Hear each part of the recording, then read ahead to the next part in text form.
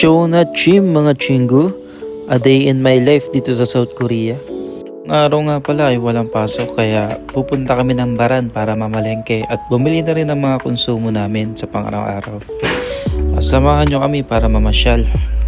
Kasama ko nga pala ngayong araw na to ang tropang Plascom para pumunta ng Baran. At hindi na rin naman sobrang lamig dito, hindi na rin sobrang init kasi ang panahon ngayon ay autumn na. Kasama ko nga pala si Kelvin, yung panjangnin namin, si Edsel, si Dexter at si Kuya Jose. Bale, 8 talaga kaming Pinoy dito. Yung 3 kasi panggabi kaya hindi nakasama sa gala serye namin. At alam nyo ba guys na napakapalad namin kasi pagdating namin dito sa company, may mga Pinoy na at saka mababait sila. Dito nga pala ay kailangan ng Kyutong Kado para magbayad sa bus pag sasakay papuntang Baran.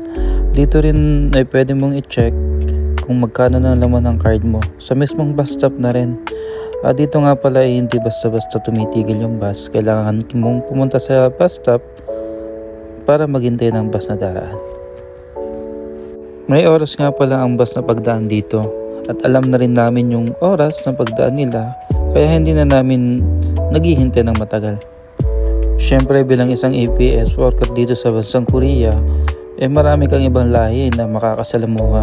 Hindi mo naman lahat sila pwedeng pakisamahan, pero dapat alam mo kung kailan ka makikisama.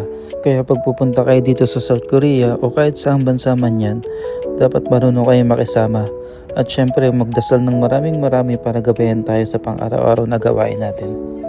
Kaya sa gusto makapunta dito sa bansang Korea, kailangan nyo po mag-aral ng Hanguk at may pasa ang DMW exam.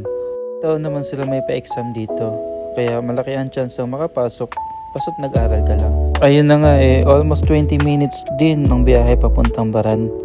Kaya pagpunta namin dito, dumiretso na kami dito sa palengke para mamili na rin ng mga pagkain namin sa pang-araw-araw at mamayang gabi na rin.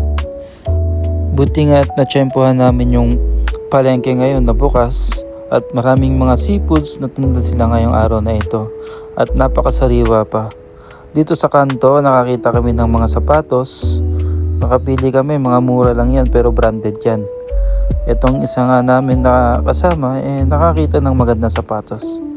Kung nandito na kayo sa South Korea at malapit kayo dito sa Baran, check nyo tong bilihan ng sapatos dito malapit sa Seromato, malapit sa may pagupitan. Maganda rin ito pang papackage o kaya pang araw-araw na suot na rin. Kasi maganda pa yung looks niya, tsaka presentable pa siya tingnan. Yung panjangnim namin may nakita ditong natipuhan niya pero binalik din niya kasi marami pa rin daw siyang sapatos. Kwento ko lang mga bossin, almost 6 months din akong nag-aral bago ang exam. Inuna ko yung alphabetical nila, tapos dahan-dahan dun sa mga vocabulary nila. 2 klase nga pala yung exam na pagdadaanan nyo. Isang CVT o computer-based exam at isang skill test. Halos 5 buwan din ang pagitan sa bawat exam na yun. Naalala ko nun almost 50,000 yung nag-exam, 10,000 lang yung mga nakapasa. At swerte at pinalad tayo sa mga yun at isa tayo dun sa 10,000 na yun.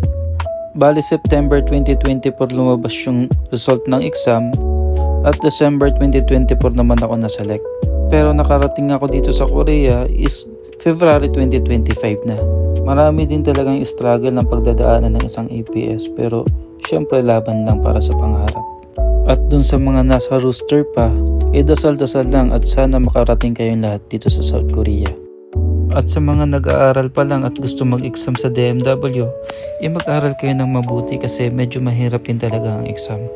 Pwede kayong mag-enroll sa mga Korean Learning School o kaya mag-self-study lang. Hintayin nyo yung post ng DMW kung kailan yung pa-exam nila papuntang South Korea. So yun nga mga bossing, sa mga nagtatanong kung anong itsura ng Baran, ito nga pala ang Baran.